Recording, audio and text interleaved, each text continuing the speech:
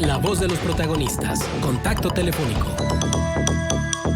Le agradecemos mucho a Dalila Sarabia, reportera de Animal Político, su presencia la mañana de hoy con nosotros. Dalila, muchas gracias por estar. Manuel Cerrato, Arturo González, una servidora, Marcela Pámanes, te saludamos. Porque, bueno, ustedes han publicado notas que a mí me parece que son relevantes. Por una parte, la cobertura de Internet en las escuelas, esta caída drástica a menos del 30% en 5 años, y esto dice mucho. Y también lo conversaremos sobre la venta de comida chatarra cuando se supone que ya había un reglamento para quitarlas, por lo menos en Coahuila. En Durango también se hablaba mucho de esta necesidad de sacar la comida chatarra de las escuelas, pero resulta que en 9 de cada 10 escuelas se sigue haciendo. Gracias, Dalila, por estar con nosotros. No, muchísimas gracias a ustedes por el espacio. Buenos días. Y pues justamente como haces favor de referirlo, nosotros acá en Animal Político ya en lo que era cara de regreso a clases, el día de hoy más de 24 millones de pequeños regresan a las aulas en todo el país, pues era importante un poquito saber cómo estamos en acceso a conectividad. Si bien es cierto, hay muchas necesidades en los planteles educativos, se requieren baños, luz eléctrica, que tengan el mobiliario adecuado. También nos preguntábamos qué es lo que sucedía con las telecomunicaciones, con el acceso a Internet, una herramienta que pues es súper importante para el desarrollo de los pequeños. Y revisando los datos de la mano con Mexicanos Primero, hemos encontrado que dos datos muy reveladores. Uno, que en 5 años, desde el 2018 a la fecha, en el presupuesto de la Federación se ha destinado 0 pesos que estén dirigidos, que sea dinero dirigido para las telecomunicaciones, para el Internet, para la conectividad, 0 pesos. Esto en que ha derivado, por supuesto, que en 5 años la cobertura de Internet en las escuelas, del 100% de las escuelas, actualmente solo el 29.8% tiene conectividad a alguna red de Internet. En 2018, que es otro de los datos actualizados que tenemos, estábamos hablando del 37.7%. O sea, en realidad un 8% de las escuelas en nuestro país en los últimos 5 años se han quedado sin acceso a las nuevas tecnologías y poder tener acceso particularmente al Internet. ¿Qué es lo que vemos que también es muy importante poder compartirlo? Es que antes de esta administración, lo que teníamos en el presupuesto era una serie de programas dirigidos. Teníamos 10, 20, 30 programas y cada programa tenía un objetivo específico. Recordarás, por supuesto, también todo este debate que se dio por las escuelas de tiempo completo, que tenían un objetivo específico, los de telecomunicaciones, los de comida, los de tiempo extendido, pero ahora no tenemos esto. Ahora lo que tenemos son programas enormes, pero grandes, que condensan todos los objetivos que se querían atender en las escuelas de educación básica de nuestro país. Uno de ellos es La Escuela es Nuestra, es este programa emblema de la administración presente con el que se busca mejorar la infraestructura de los planteles educativos en nuestro país. Y si bien es cierto, eso es muy importante, contempla que se puedan utilizar el dinero en compra de equipos de cómputo o bien instalación de redes de Internet como equipamiento, pues a la hora de preguntar a los papás, que son quienes deciden sobre este recurso, en qué se va a ocupar, si es mejor o ese recurso quieren ellos invertirlo en acondicionar unos baños dignos antes de poner una computadora, pues por supuesto que lo que se decide son los baños. Así entonces llegamos al 2023 en el que la conectividad en las escuelas de educación básica de nuestro país, pues lamentablemente no es una prioridad porque además no tenemos dinero por un lado y por el otro lado tampoco tenemos una política pública que tenga bases y directrices muy claras sobre a dónde queremos llegar con estos temas pues para poder incentivar el aprendizaje de los pequeños. Uh-huh. Sí, bueno, estamos muy indignados con el tema de los libros de texto, pero no nos indignamos de igual manera con esta falta de cobertura de Internet, que finalmente le están quitando a los niños oportunidades. Hace un momento hablábamos también de lo esencial que significa el aprendizaje del idioma inglés, sobre todo en los estados norteños, donde tiene lugar pues todo este movimiento de la relocalización, del nearshoring. Entonces, pues con estas adversidades qué podemos esperar de la nueva escuela mexicana? O esto de la nueva escuela mexicana no contempla el satisfacer todas estas necesidades que un niño demanda para una buena formación académica. Sí, lo importante es tener políticas públicas muy claras. Ahora que realizábamos este texto, platicábamos con los expertos y decíamos también por qué ha bajado. Si bien es cierto porque no tenemos presupuesto y no hay una política pública, es porque tenemos esfuerzos completamente aislados. Por ejemplo, algunas de las escuelas de nuestro país no tenían un módem dentro de su escuela, sino que se conectaban a una red pública que estaba probablemente en un poste muy cercano al plantel educativo. De ahí jalaban la señal y se podían conectar. Pero como se trata de esfuerzos que no están articulados y con los cambios de administraciones se tienen otras prioridades u otros programas, pues lo que pasó es que a estos postes ya no les dieron mantenimiento, ya no se estuvo buscando que pudieran crecer y bueno, pues las escuelas se han quedado sin la conectividad. Y también es muy importante recordar, en el sexenio pasado, recordará el auditorio que también se tuvo un programa en el que se buscaba poder incentivar la conectividad, el aprendizaje a través de las nuevas tecnologías, que eran estas tabletas que dio el gobierno anterior. Lamentablemente, ¿qué pasó? Al cabo de los años, estas tabletas no sirvieron, fueron vendidas, fueron empeñadas, fueron hackeadas para que los pequeños o en sus propias casas las personas pudieran jugar o tener algún otro tipo de actividades. Y bueno, el objetivo de este programa pues no se cumplió, se gastó mucho dinero y lo que estamos viendo es que no se articulan los esfuerzos y que no tenemos una política pública, además que pase o que tenga la posibilidad de pasar los sexenios, porque cada vez que hay un cambio de gobierno, pues se tienen nuevos intereses, se tienen nuevos objetivos y pues con lo que se ha venido trabajando, pues prácticamente es regresar a cero y volver a empezar y eso lo vemos pues cotidianamente. Claro. Ahora, está este otro aspecto que tiene que ver con la falta de oportunidades para los niños desde las escuelas públicas, pero sobre todo que se acentúa en las escuelas rurales y en las escuelas de comunidades indígenas. Tal pareciera que no va a ser posible que llegue a ellos la modernidad. ¿Se tiene también un aproximado de cuántas de estas escuelas rurales no cuentan con lo más elemental para poder trabajar? En cuestión de telecomunicaciones, realmente estamos hablando prácticamente del 95%. En condiciones de infraestructura, la verdad que es muy variado, pero al menos las condiciones más dignas que se deberían de tener es en lo que se ha trabajado con este programa de La Escuela es Nuestra, pero la realidad es que todavía hace falta mucho por trabajar. Nosotros también en Animal Político hace algunos meses hicimos una investigación sobre cuál había sido el impacto de esta política pública y pues veíamos que hasta el año 2021 solamente había llegado al 36% de los planteles educativos. Entonces todavía había un camino muy, muy importante que recorrer y si bien es cierto, se está priorizando, según nos dicen las autoridades, y así lo muestran los registros, planteles que están en comunidades indígenas, la realidad es que todavía no pasan los años y no están en el punto digno para poder tener pues sus clases, para que los pequeños tengan un espacio digno en donde desarrollarse. Por eso mismo también hace un momento te comentaba que con el programa La Escuela es Nuestra, en realidad se podría comprar, o sea, en el rubro de equipamiento, que es una posibilidad que tienen los padres para decidir en qué se ocupa el dinero, podrían comprar computadoras. Que eso pues también estaría muy padre, pero te enfrentas a dos cosas muy importantes. Una, compras computadoras, pero no tienes luz o no tienes acceso a internet, entonces tampoco te van a servir. Pero o prefieres comprar computadoras o prefieres arreglar los baños y que los pequeños tengan baños dignos donde poder estar durante su jornada escolar. Entonces, esto es lo que ha tenido el que se condensen todos los programas en una sola política pública y que no tengan objetivos claros cada uno de ellos para poder atender las necesidades. ¿Qué tal, Dalila? Buenos días, saluda a Manuel Cerrato.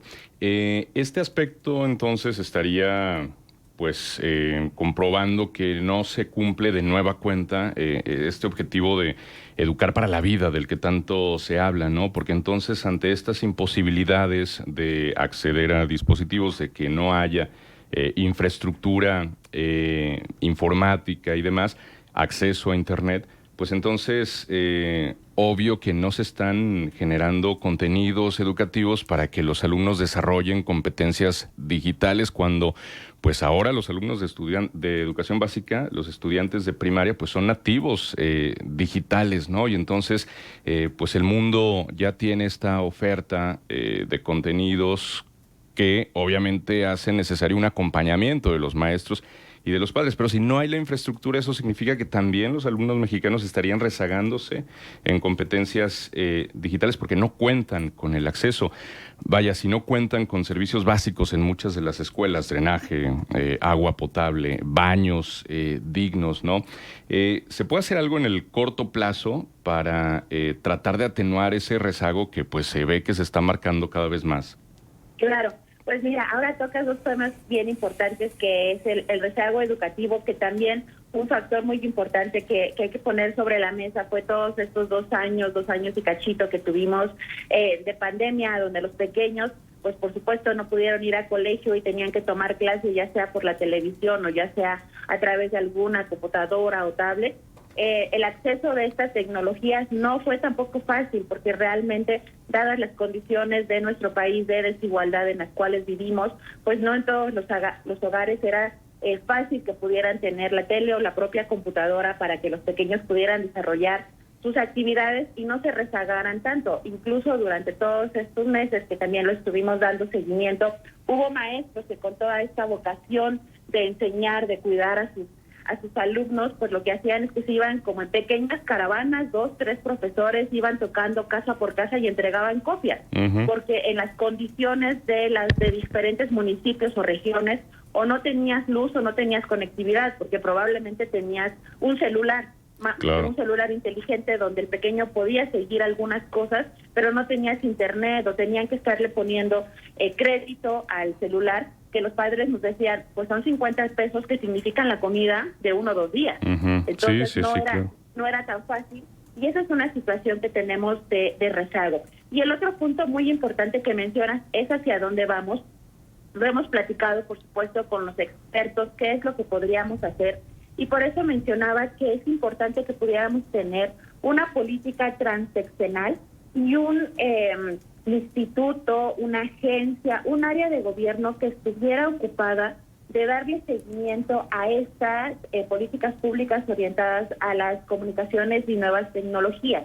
Porque como les comentaba hace un momento, en algunos colegios pues se conectaban al poste que estaba fuera de la escuela y estaba muy bien, pero de repente hay cambio de administración o cualquier cosa que sucede, se olvidan de darle mantenimiento o ese programa ya queda descontinuado y en las escuelas se quedaron sin internet. Ahora, los expertos señalan que si tuviéramos un organismo que cuidara, que estuviera dando puntual seguimiento y que viera la línea para encontrar de que todas las escuelas del país o la gran mayoría de ellas pudieran acceder a estas nuevas tecnologías, principalmente a la conectividad, pudiera ser una situación que nos pudiera colocar en otro punto, porque ahorita estamos hablando del menos de 30% de los colegios, y por supuesto estamos hablando de los colegios que se encuentran en zonas urbanas, pero ¿qué está pasando con todos los demás colegios que están en la zona rural de nuestro país, que por supuesto tienen esta necesidad y otras que atender para la educación y el crecimiento y el desarrollo de un montón de habilidades de los pequeños? Exactamente. Bien, y hablemos ahora de qué está sucediendo con la comida chatarra. Hay muchas muestras de preocupación y digo, se entiende, ¿no? Porque 9 de cada 10 escuelas venden chatarra en México. Eso es lo que se dice en relación a cómo no se ha podido hacer experiencia de vida a las reglamentaciones que se supone que se habían logrado. Claro, sí, este también es un tema importantísimo. Sabemos que en nuestro país la prevalencia de obesidad, diabetes, hipertensión está en niveles muy, muy altos. Realmente es una situación muy, muy preocupante, y todavía es doblemente preocupante cuando hablamos de pequeños que tienen 10, 11, 12 años y tienen un diagnóstico particularmente de diabetes. La verdad que esta ha sido una situación que se ha venido documentando hacia los años. Se han tenido algunos reformas se han hecho esfuerzos particularmente para eliminar la venta de productos chatarra en las cooperativas escolares. Sin embargo, al día de hoy, lamentablemente, no se ha logrado. Bien lo dices tú, 9 de cada 10 escuelas continúan vendiendo papas, refrescos, panes, en lugar de poderles dar a los pequeños opciones mucho más saludables. ¿Qué pasa? Cada estado de la República lo ha podido más o menos reglamentar conforme ha podido a lo largo de los años, pero no ha tenido el éxito, pues, o sea, las escuelas y las cooperativas pues no han puesto de su parte para prohibir, ni tampoco las secretarías de educación estatales de verificar que se prohíba la venta de estos productos dentro de las escuelas.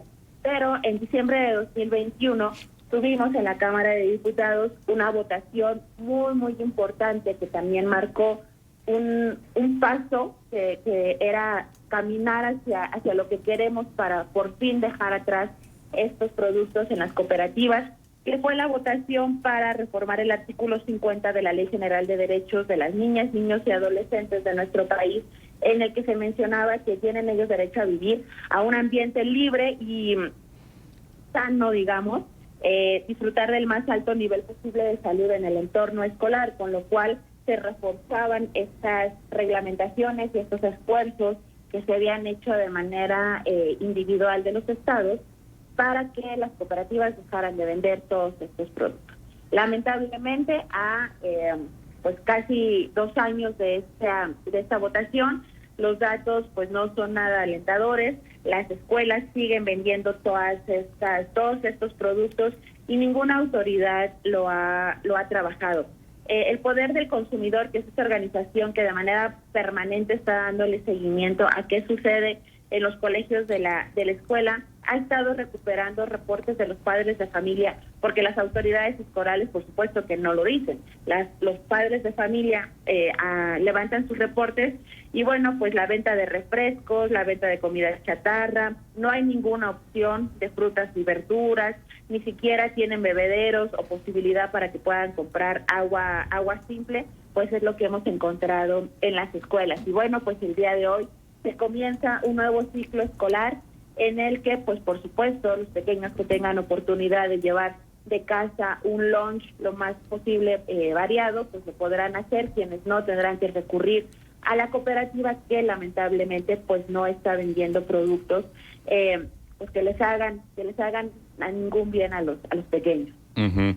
Oye, Dalila, y para hacer un pequeño recuento de todas estas iniciativas, ¿en qué punto quedó, digamos, a designio de los estados implementar estas medidas? Yo recuerdo que en tiempos de Felipe Calderón, pues se abordó a nivel nacional esta posibilidad y esta reforma en el sentido efectivamente de prohibir comida chatarra en las cooperativas escolares como una medida para atenuar los altos índices de obesidad infantil, que seguimos siendo uno de los países más obesos del mundo, lamentablemente, con muchos problemas de este tipo en los menores, como bien apuntas el tema de la diabetes y tal.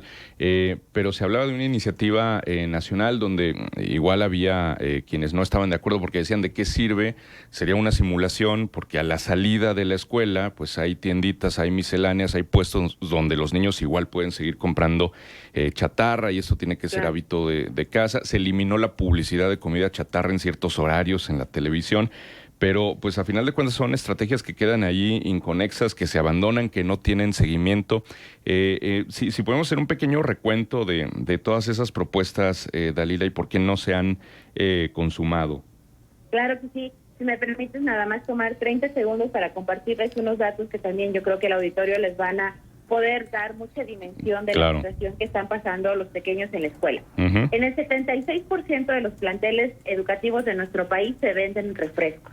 En el 93% bebidas azucaradas. En esto pues estaríamos juntando también estos jugos que dicen que son jugos naturales y que realmente son pura azúcar. En el 98% de los planteles educativos se vende comida chatarra. En el 75% presentan una venta extrema de comida chatarra. Solo 2 de cada 10 escuelas de nuestro país tienen acceso a frutas, verduras y bebederos funcionales, que también esto agua, hay un pequeño paréntesis, es una política pública que lamentablemente no ha podido caminar. Gobiernos tanto federales, estatales, municipales han impulsado que haya bebederos en los colegios, se colocan, no funcionan, no se les da mantenimiento o en algunos otros casos pues tampoco han sido prioridad y bueno, los pequeños no tienen esta posibilidad de poder tomar agua simple. Solamente 1 de cada 10 escuelas venden semillas y cereales integrales y por último 9 de cada 10 no cuentan con un comité de vigilancia de la ley. Y eso justamente me da pie para hablar de lo que me preguntabas sobre pues este recuento. ¿Qué tendría que suceder?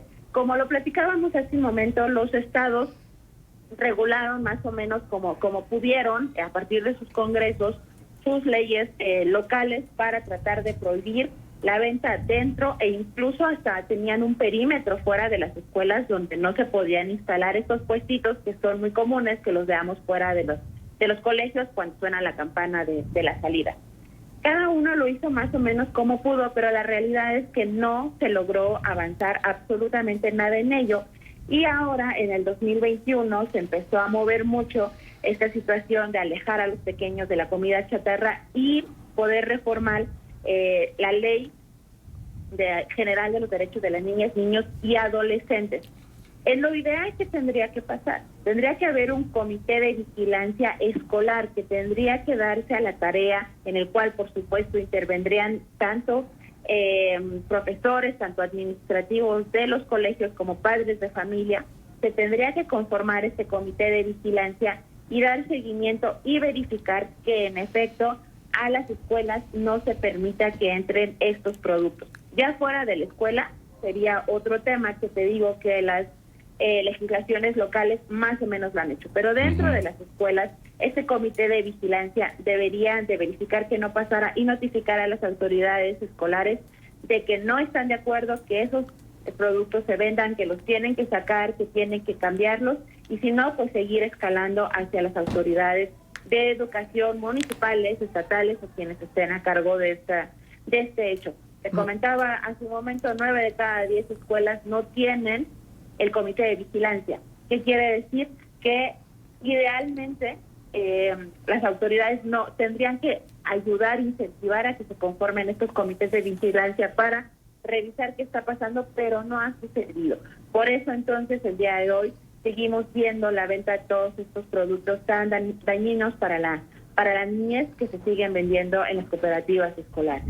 Muy bien. Pues muchísimas gracias, Dalila, por traernos toda esta información. ¿Quieres invitar al público a leer pues todo lo que se publica en Animal Político, que la verdad que siempre nos da tema y nos hace pensar y reflexionar sobre los mismos?